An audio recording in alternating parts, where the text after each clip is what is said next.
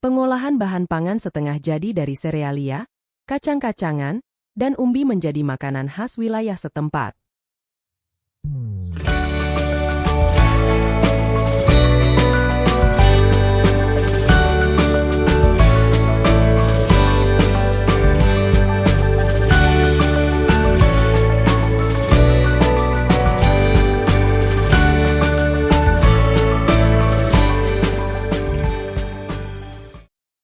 Berbagai olahan pangan yaitu kue-kue, mie dan keripik merupakan hasil olahan dari bahan dasar setengah jadi.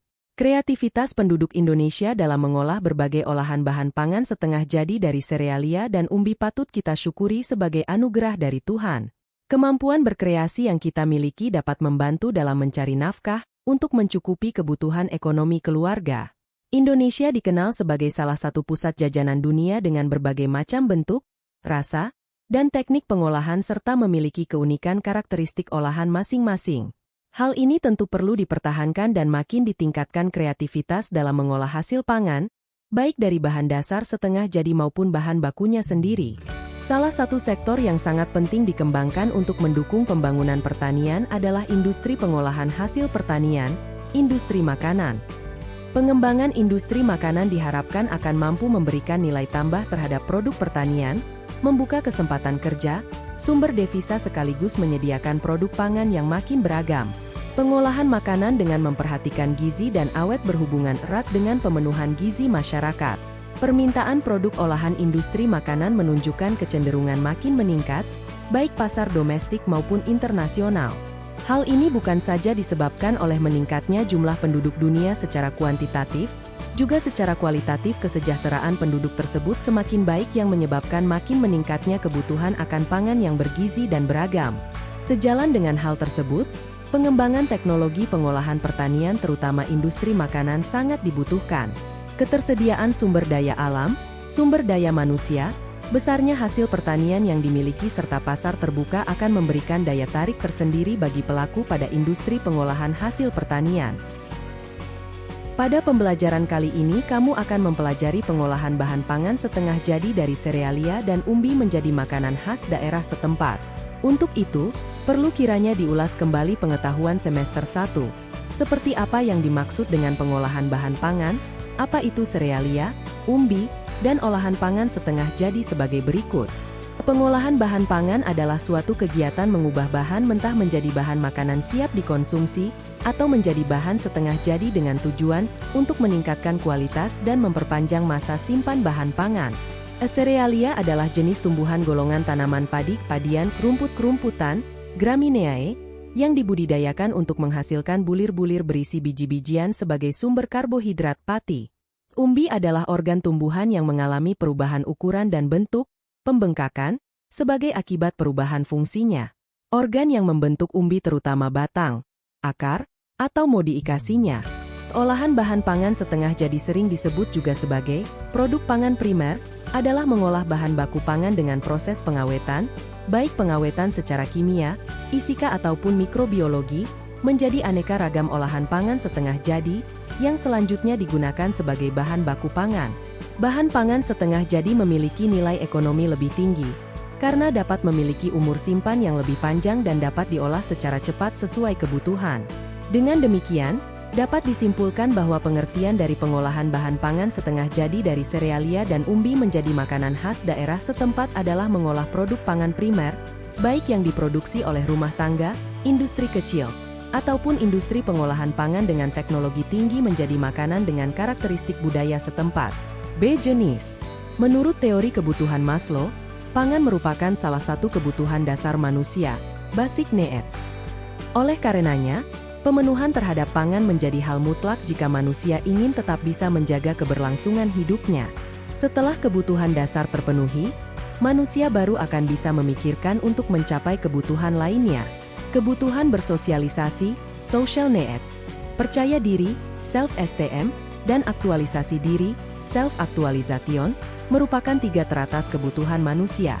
Namun, sekarang hal tersebut tidak berlaku lagi. Saat ini pangan telah menjadi sebuah gaya hidup baru di kalangan masyarakat, bukan lagi produk konsumsi untuk memenuhi kebutuhan biologis manusia semata. Pangan berubah menjadi sebuah industri kuliner yang tidak hanya memberikan cita rasa, juga kebutuhan lain manusia untuk bersosialisasi maupun beraktualisasi. Tidak mengherankan jika industri kuliner saat ini tumbuh sangat subur. Beberapa hal yang mengindikasikannya adalah pola konsumsi masyarakat yang mulai bergeser ke masakan dan minuman jadi, serta jumlah usaha makanan atau restoran terus meningkat. Perkembangan industri bisnis kuliner di Indonesia khususnya di Jakarta terlihat sangat maju, bahkan sudah hampir menyamai perkembangan kuliner di negara-negara maju seperti di USA, Prancis, Australia, Jepang, Thailand, dan Inggris. Kemajuan itu terlihat baik dalam hal penampilan maupun keanekaragaman jenis masakannya, dan juga karena menyediakan ruang bagi konsumen untuk bisa berkumpul dengan komunitasnya melalui layanan ruangan maupun jasa lainnya. Secara umum, mengolah pangan serealia dan umbi menjadi produk olahan pangan setengah jadi dihasilkan jenis produk berbentuk potongan pipih tebal atau tipis, misalnya berbagai jenis kerupuk. Butiran besar, misalnya jagung pipil, biji sorghum, tepung tiwul instan, dan chip granula saut lainnya, maupun butiran halus, misalnya berbagai jenis tepung, baik dari bahan serealia maupun umbi-umbian, dengan teknik pengeringan. Produk olahan pangan setengah jadi ini berbentuk bahan baku kering yang selanjutnya menjadi bahan baku olahan industri rumah, tangga maupun industri pabrik. Bahan pangan setengah jadi memiliki nilai ekonomi lebih tinggi karena dapat memiliki umur simpan yang lebih panjang dan dapat diolah secara cepat sesuai kebutuhan.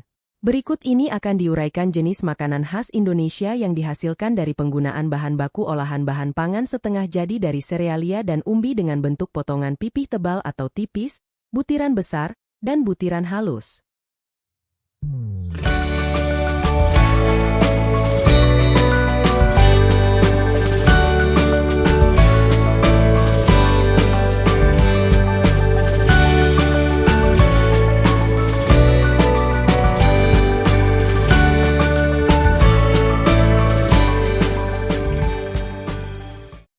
Satu, olahan pangan setengah jadi dengan bentuk pipih tebal atau tipis. Produk pangan setengah jadi bentuk pipih tebal atau tipis dari serealia antara lain kerupuk gendar, rengginang, emping jagung, kerupuk bawang, bihun, dan mie. Produk pangan setengah jadi bentuk pipih tebal atau tipis dari umbi antara lain kerupuk tete, keripik singkong, saut atau gaplek ubi jalar, gaplek ubi kayu, dan kentang beku. Produk pangan setengah jadi dari serealia dan umbi dengan bentuk pipih tebal atau tipis seperti kerupuk, keripik, dan kentang beku biasanya jika diolah menjadi makanan khas Indonesia digunakan teknik menggoreng dengan menggunakan minyak. Namun untuk bentuk saut atau gaplek ubi jalar maupun ubi kayu atau singkong, diolah dengan berbagai teknik, bisa dikukus, direbus, maupun digoreng. Berikut ini gambar dari olahan pangan setengah jadi bentuk pipih tebal atau tipis dari serealia dan umbi. 2. Olahan pangan setengah jadi dengan bentuk butiran besar. Produk pangan setengah jadi dengan bentuk butiran besar dari bahan serealia adalah beras atau beras instan, beras jagung, jagung pipil kering dan beku, aneka butiran oat, aneka pasta, beras atau biji sorghum. Adapun, produk pangan setengah jadi dengan bentuk butiran besar dari bahan kacang-kacangan adalah kacang hijau, kacang tanah, dan kacang kedelai. Sedangkan, produk pangan setengah jadi dengan bentuk butiran besar dari umbi adalah tiwul instan dan beras singkong. Produk pangan setengah jadi serealia dan umbi dengan bentuk beras, beras instan, beras jagung, aneka pasta, aneka butiran oat, beras atau biji sorghum biasanya jika diolah menjadi makanan khas Indonesia dengan teknik dikukus atau direbus. Namun untuk bentuk jagung pipil kering diolah dengan berbagai teknik dipanaskan maka biji jagung pipil akan meletus kalau dipanaskan karena mengembangnya uap air dalam biji. Adapun, jagung pipil beku dapat diolah menjadi berbagai makanan khas Indonesia seperti sup, gorengan, tumisan, kue dan lain-lain dengan menggunakan berbagai teknik bisa direbus, maupun digoreng. Sedangkan, produk pangan setengah jadi dari bahan kacang-kacangan dengan bentuk biji atau butiran seperti kacang hijau, kacang kedelai, kacang tanah biasanya diolah dengan teknik direbus, digoreng atau dipanaskan dengan oven.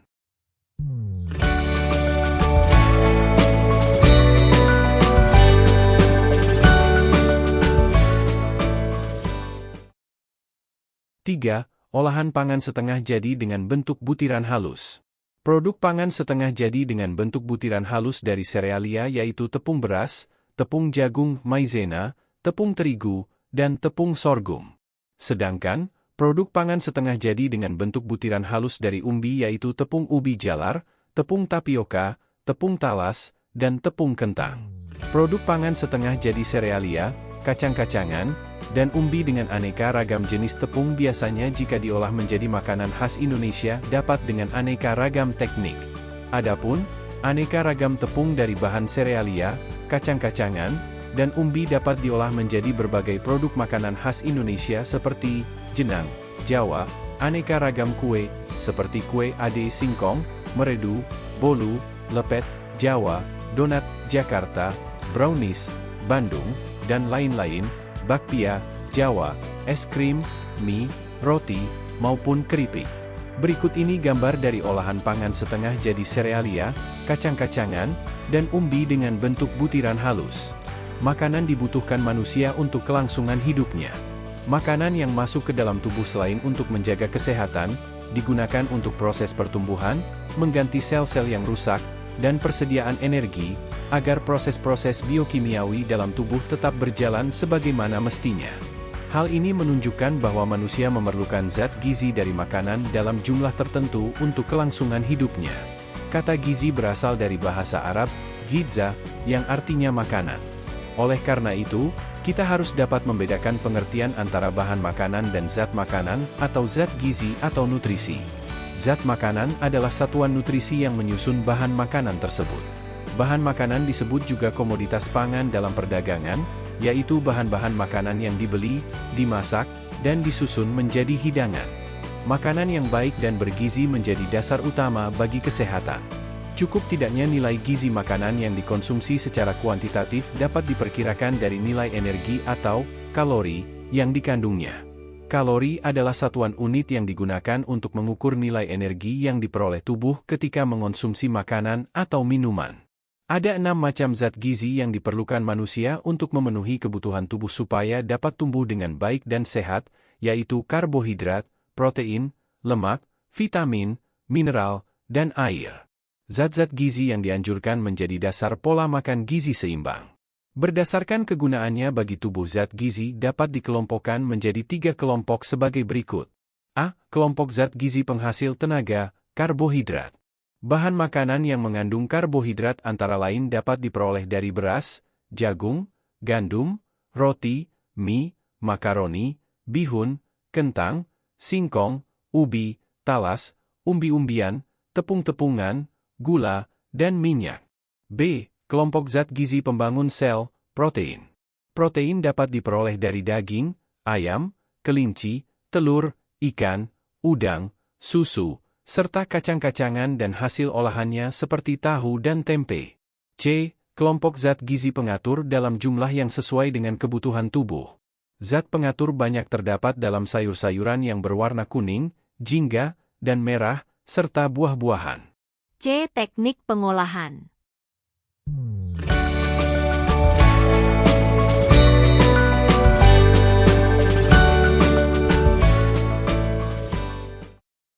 Adapun teknik dasar pengolahan bahan pangan atau makanan dibedakan menjadi 2 yaitu teknik pengolahan makanan panas basah, moist heat, dan teknik pengolahan panas kering, dry heat cooking.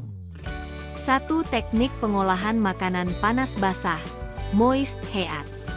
Teknik pengolahan makanan panas basah, moist heat, adalah mengolah bahan makanan dengan menggunakan bahan dasar cairan untuk mematangkannya. Bahan dasar cairan yang digunakan bervariasi seperti air, kaldu, santan, susu atau bahan lainnya. Suhu cairan pada teknik pengolahan makanan panas basah tidak pernah lebih dari suhu didih. Teknik ini mencakup merebus, boiling, merebus cairan menutup bahan pangan, poaching, merebus dengan sedikit cairan, braising, menyetup, menggulai, stewing, mendidih, simmering, mengukus, steaming, dan mengetin. Teknik merebus, boiling, adalah mengolah bahan makanan dalam cairan yang sudah mendidih. Cairan yang digunakan berupa air, kaldu, dan susu. Caranya bahan makanan dimasukkan ke dalam cairan yang masih dingin atau dalam air yang telah panas. B. Teknik poaching. Teknik poaching ialah cara memasak bahan makanan dalam bahan cair sebatas menutupi bahan makanan yang direbus dengan api kecil di bawah titik didih, 92 hingga 96 derajat Celcius. Bahan makanan yang dipoach ini adalah bahan makanan yang lunak atau lembut dan tidak memerlukan waktu lama dalam memasaknya seperti telur, ikan, dan buah-buahan. Cairan bisa berupa kaldu, air yang diberi asam, cuka, dan susu. C. Teknik braising. Teknik braising adalah teknik merebus bahan makanan dengan sedikit cairan, kira-kira setengah dari bahan yang akan direbus, dalam panci tertutup dengan api dikecilkan secara perlahan-lahan. Jenis bahan makanan yang diolah dengan teknik ini biasanya daging dan sayuran.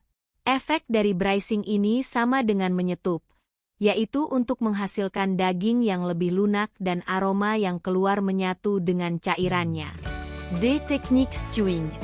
Stewing, menggulai menyetup, adalah mengolah bahan makanan yang terlebih dahulu ditumis bumbunya, dan direbus dengan cairan yang berbumbu dan cairan yang tidak terlalu banyak dengan api sedang. Maksud dari dimasak dengan api sedang dan dalam waktu yang lama agar aroma dari bahan masakan daging keluar dengan sempurna. Bahan masakannya biasanya daging, ayam, dan ikan.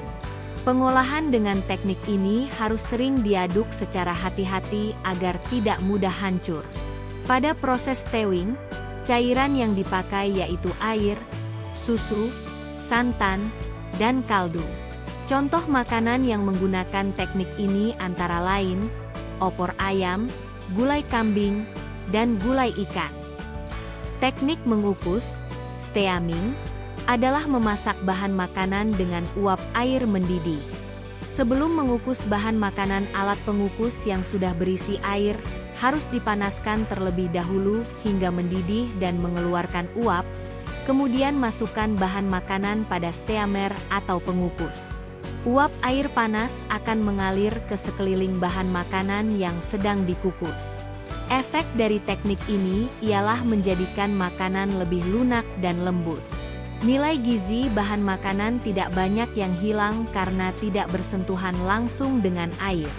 Makanan yang diolah dengan cara ini yaitu puding, bolu, sayuran, ikan atau ayam. V. Teknik simmering.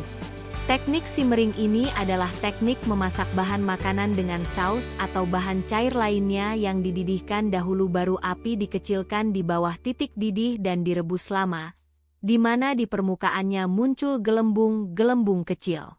Teknik ini biasanya digunakan untuk membuat kaldu yang mengeluarkan ekstrak dari daging yang direbus. G. Teknik mengetim. Teknik mengetim adalah memasak bahan makanan dengan menggunakan dua buah panci yang berbeda ukuran di mana salah satu panci lebih kecil. Cara ini memang memerlukan waktu yang lama, seperti nasi tim dan coklat. 2. Teknik pengolahan makanan panas kering, dry heat cooking. Teknik pengolahan panas kering, dry heat cooking, adalah mengolah makanan tanpa bantuan bahan dasar cairan untuk mematangkannya.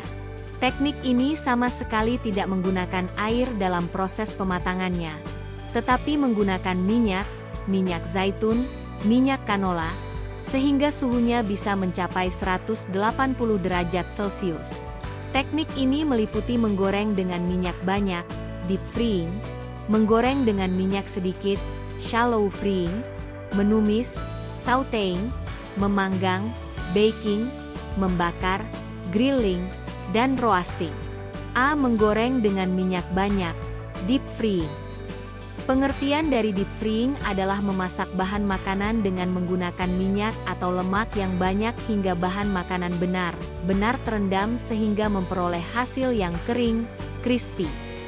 Teknik ini dapat digunakan untuk berbagai bahan makanan termasuk daging dan unggas, ikan, sayur-sayuran, dan buah. Bahan makanan yang dalam keadaan beku dapat langsung dimasak dengan metode ini. Pada metode kering ini, karena dipanaskan dalam suhu tinggi, akan terjadi perubahan tekstur, warna, dan rasanya. Pada proses pengolahan dengan metode deep frying ini beberapa kandungan gizi akan rusak, tetapi kandungan energinya akan tinggi karena mengandung lemak. Proses deep frying juga biasanya lebih sedikit kehilangan kandungan vitamin yang larut dalam air, karena dalam proses ini tidak terdapat air yang melarutkan. Sebagai contoh, keripik kentang lebih banyak mengandung vitamin C dibandingkan kentang rebus. B. Menggoreng dengan minyak sedikit, shallow frying. Shallow frying adalah mengolah bahan makanan atau proses menggoreng yang dilakukan dengan cepat dalam minyak goreng yang sedikit pada wajan datar. Dalam shallow frying bahan makanan biasanya hanya satu kali dibalik. Bahan makanan yang diolah pada shallow frying antara lain ilet ikan, unggas yang lunak dan dipotong tipis, telur mata sapi, dan telur dadar. Pada shallow frying panas didapatkan dari pemanasan minyak atau lemak. Dengan teknik ini bahan makanan tidak akan menjadi terlalu matang, kandungan asam amino yang terdapat pada bahan makanan tetap, protein sedikit menyusut, dan kehilangan beberapa jenis vitamin B, C. Menumis, sautéing. Teknik menumis, sautéing, adalah teknik memasak dengan menggunakan sedikit minyak olahan dan bahan makanan yang telah dipotong kecil atau diiris tipis yang dikerjakan dalam waktu sebentar dan cepat, diaduk-aduk, serta ditambah sedikit cairan sehingga sedikit berkuah atau basah. Cairan yang biasa ditambahkan adalah saus, krim, dan sejenisnya. Cairan ini dimasukkan pada saat terakhir proses pemasakan. Sebelum menumis hendaknya potongan atau irisan bahan makanan dipersiapkan terlebih dahulu. Panaskan wajan terlebih dahulu, kemudian tuangkan minyak goreng sedikit dan panaskan. Gunakan wajan yang besar agar potongan bahan makanan saat dimasukkan tidak sesak sehingga memudahkan saat melakukan tumis dan dapat matang secara merata. Agar lebih sehat, hindari penggunaan lemak jenuh. Gunakan minyak zaitun atau minyak canola yang mengandung minyak sehat dan membantu menurunkan kadar kolesterol berbahaya. Selain itu, saus digunakan untuk memasak bahan makanan yang mudah lunak dan sayuran yang masih muda. Memanggang, baking, adalah pengolahan bahan makanan di dalam oven dengan panas dari segala arah tanpa menggunakan minyak atau air. Baking memiliki beberapa metode, sebagai berikut. Ketika memanggang dengan oven, bahan makanan akan mengeluarkan uap air. Uap air ini akan membantu proses pemasakan bahan makanan. Teknik ini biasanya digunakan untuk produk pastry dan roti. Selain itu pula digunakan untuk memasak daging dan ikan. 2. Memanggang dalam oven menambah kelembaban. Ketika memanggang bahan makanan, masukkan wadah berisi air yang akan mengeluarkan uap air yang masuk ke dalam oven, menyebabkan kandungan air dalam bahan makanan bertambah dan akan menambah kualitas makanan. Penerapan teknik dasar baking dapat dilakukan pada berbagai bahan makanan, di antaranya kentang, roti, sponge, cake, biskuit, ikan, dan sayuran.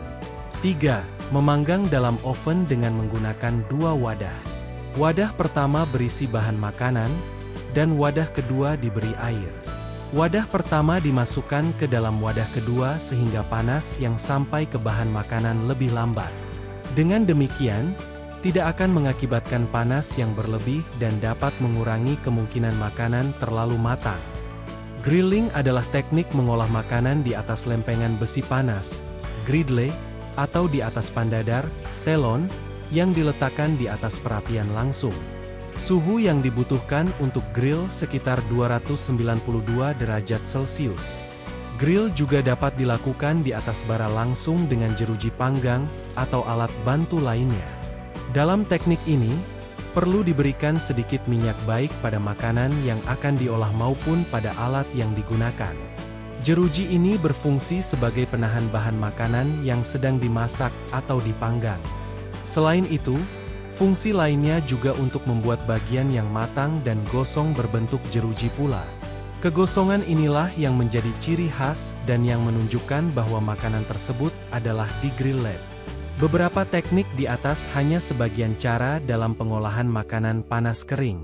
Pada umumnya cara mengolah bahan pangan banyak caranya seperti teknik mengasap, mengintim, dan menyangrai.